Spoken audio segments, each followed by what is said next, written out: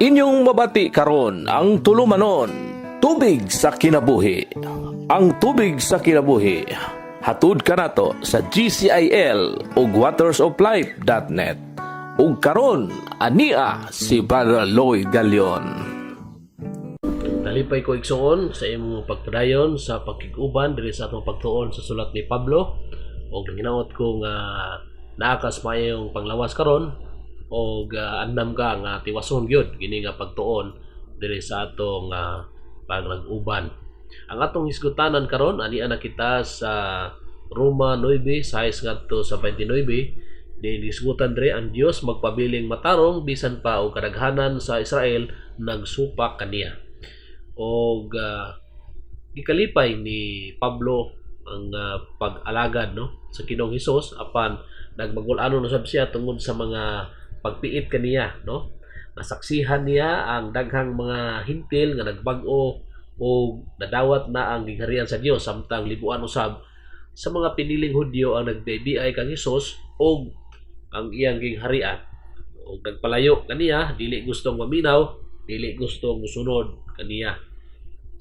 Ang pakigsaad sa Dios dili lamang alang sa mga kaliwatan ni Abraham, makita usab nato kini sa Roma 9:6 paingon sa 13. Akong basahon ang kasulatan Roma 9:6 ngadto sa 13. Wala ako magpasabot nga wala matuman ang saad sa Dios kay dili ang tanang kaliwat sa Israel mga pinili sa Dios. Dili usab ang tanang kaliwat ni Abraham mga anak sa Dios. Kay ang Dios miingon man kang Abraham ang kaliwat lamang ni Isaac mao isipon nga imong kaliwat. Og dayon ta maigsoon nagpasabot nga kini ang gianak sa natural nga paagi dili mga anak sa Dios apan ang gianak tungod sa saad sa Dios mao isipon nga matuod nga kaliwat. Kaya ang gisaad sa Dios mao kini ang hustong panahon ubalik ako og si Sarah manganak og lalaki. Dugang pa niini sa dihang magbabnos na si Rebecca ug sa kaluhan nilang anak na si Isaac nga atong amahan. Og wala pa gani ianak ang mga bata busa wala pa makahimo og maayong daotan aron matuman ang tuyo sa Dios sa iyang pagpili sa tao, dili tungod sa buhat kundi tungod sa pagtawag sa Dios. Muingon na siya kang Rebecca ang magulang mag-alagad sa manghod. Sumala sa kasulatan gihigugma ko si Jacob akong gikasilagan si Esau. So ni maigso ang gisgutan tungod sa pagpili sa Dios kali sa duha ka mga anak ni Isaac og dinhi usab igsuon hanas sa balaod nga si Pablo gusto iklaro ang mga tuoran nga wala masabti sa mga Hudyo o uban sa mga Kristohanon dito sa Roma. Gisulatan niya sila aron ilang masayran ang pulong sa Dios nga mao lamang ang kamatuoran magdanag sa tanang kalibog nila nga mao tukmang tubag sa tanan nga tinago. Ang tubag adunay duha ka aspeto ato kini nga pag-tin-awon karong pagpananguban nato. Una mga igsuon atong mabasa nga dili ang tanang kaliwat ni Abraham mga anak sa saad. Wala gipili sa Dios si Ismael nga usa sa mga katigulangan ni Kristo, Si Ismael ang tanan nga kaliwat niya nagpabiling gawas sa relihiyosong kaliwat ug dili apil sa piniling kaanakan ni Jacob.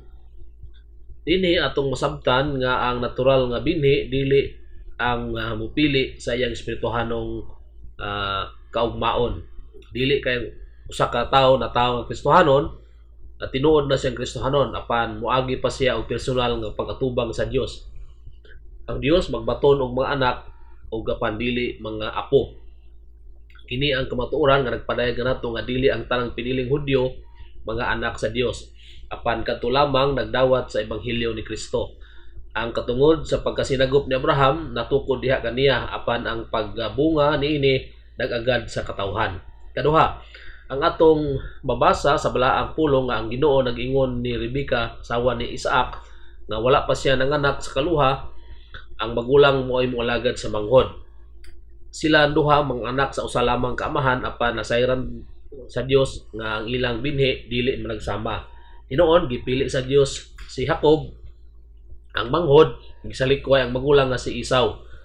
Bisan na dili mas matarong si Jacob titandi kang Isaw, nagpakita siya na iyang matinhuon kay kang Isaw og matinud-anong naghinulsol. Wala iskuti sa kasulatan ang kinaiya ni Isaw. Niini nga hitabo nagpasabot kanato nga ang pagpili sa tao sumala sa iyang nagpili ng daan, no?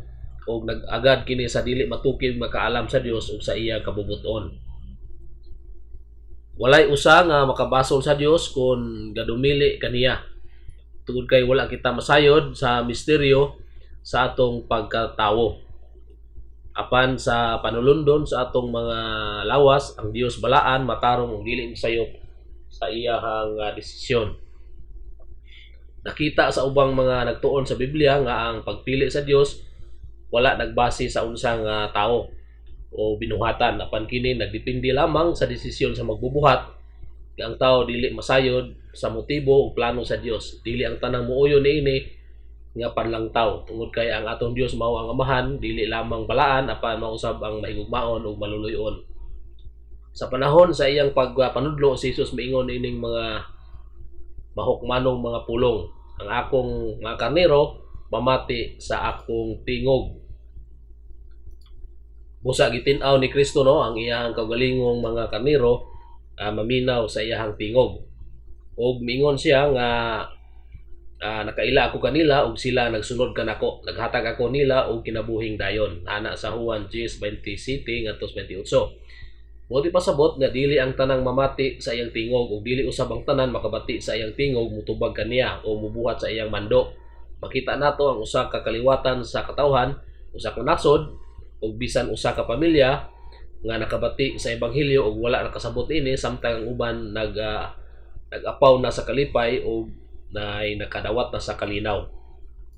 Mo na igsuon nga lain-lain gyud, no, ang responde sa tao may tungod na sa ebanghelyo. Na imutuo na di mutuo ug kana ang Dios na ang nasayod niya na sa ilang mga kasing-kasing.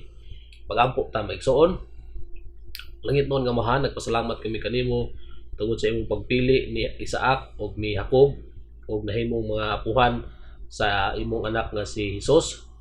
Bisan tuod sila dili mga santos, nagahangyo kami nga ligunon nimo ang among pagtuo aron kami makapadayon, no, pinaagi sa imong ngalan ug ang mga kalisdanan ingon man ang mga dautan, no, among mapabuntog. Giyahi kami ngadto sa pagkamapabsanon o pagpugong sa kaugalingon aron dili namo ilhon ang taas nga among Inyong nabati ang tubig sa kinabuhi. Kung aduna kamoy reaksyon, pangutana o opinyon, i-text ka na sa 0908-426-7070 o kaha 0906-7909-298. Sa dugang pagtuon o pagpaminaw, adto sa watersoflife.net, i-click ang Cebuano. Dagang salamat sa imong pagpaminaw.